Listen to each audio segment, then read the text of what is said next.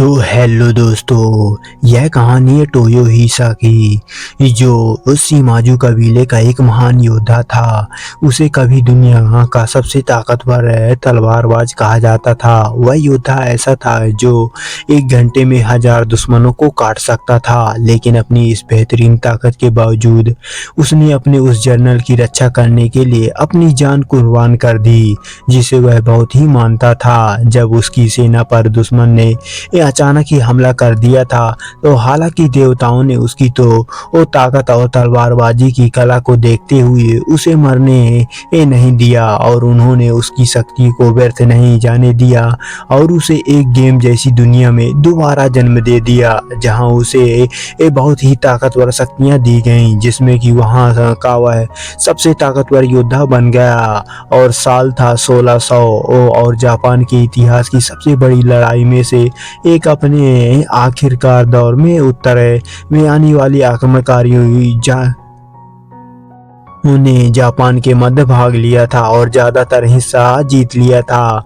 और लेकिन दक्षिणी में एक कबीला था जो उन्हें अपनी ज़मीन में घुसने नहीं देना चाहता था, और वो सीमा कबीले का नेतृत्व कर रहा था। और एक बहादुर और युवा जनरल टोयोहिकाकी को अपना सेना के साथ बहादुरी से लड़ रहा होता है, जबकि दुश्मनों की सेना की संख्या और ताकत दोनों ही ज़्यादा थी।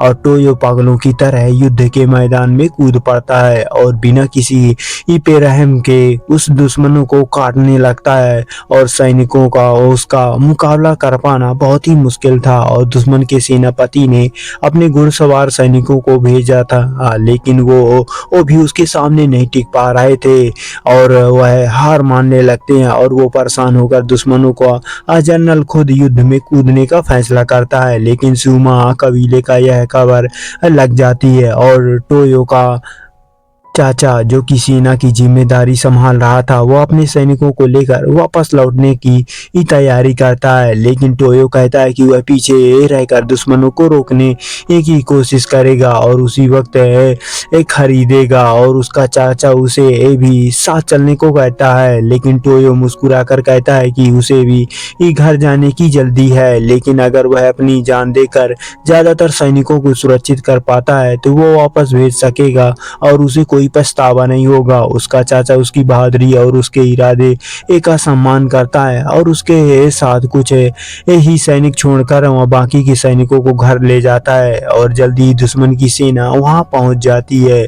और टोयो अपने सैनिकों को उन पर तीरों से तीर चलाने का आदेश दे देता है, और उसके बाद वह खुद दुश्मनों की तरफ दौड़ पड़ता है और एक के बाद एक दुश्मन को काटता हुआ दुश्मन जनरल के पास पहुंच जाता है। और दुश्मन जनरल टोयो की बहादुरी की तारीफ करता है, लेकिन कहता है कि उसकी सेना यह युद्ध पहले से ही हार चुकी है। तो टोयो जवाब देता है कि जब तक वह जिंदा है लड़ाई खत्म नहीं होगी। फिर वह जनरल फिर हमला करता है, लेकिन तभी दुश्मन के सैनिक जनरल के वो बचाने के लिए उसके चारों ओर घेरा बना लेते हैं। लेकिन टोयो खुद को ही दुश्मन के भाले की तरफ कूद पर अपनी बंदूक निकालता है और जनरल के सीने पर गोली चला देता है, लेकिन गोली दिल पे नहीं लगती, जिससे जनरल वहां बेहोश हो जाता है।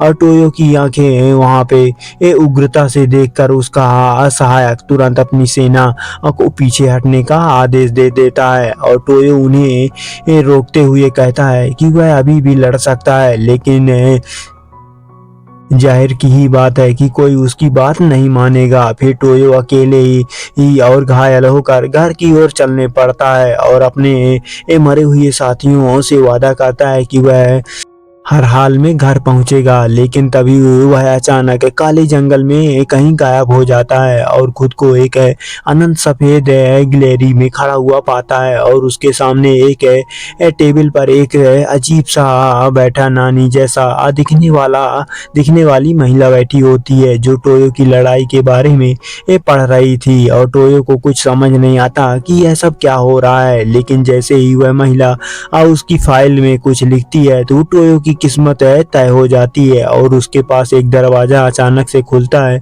और टोयो अपनी इच्छा के खिलाफ भी उसमें खींचा चला जाता है और वो दरवाजा उसे एक नई दुनिया में फेंक देता है और फिर तुरंत गायब हो जाता है।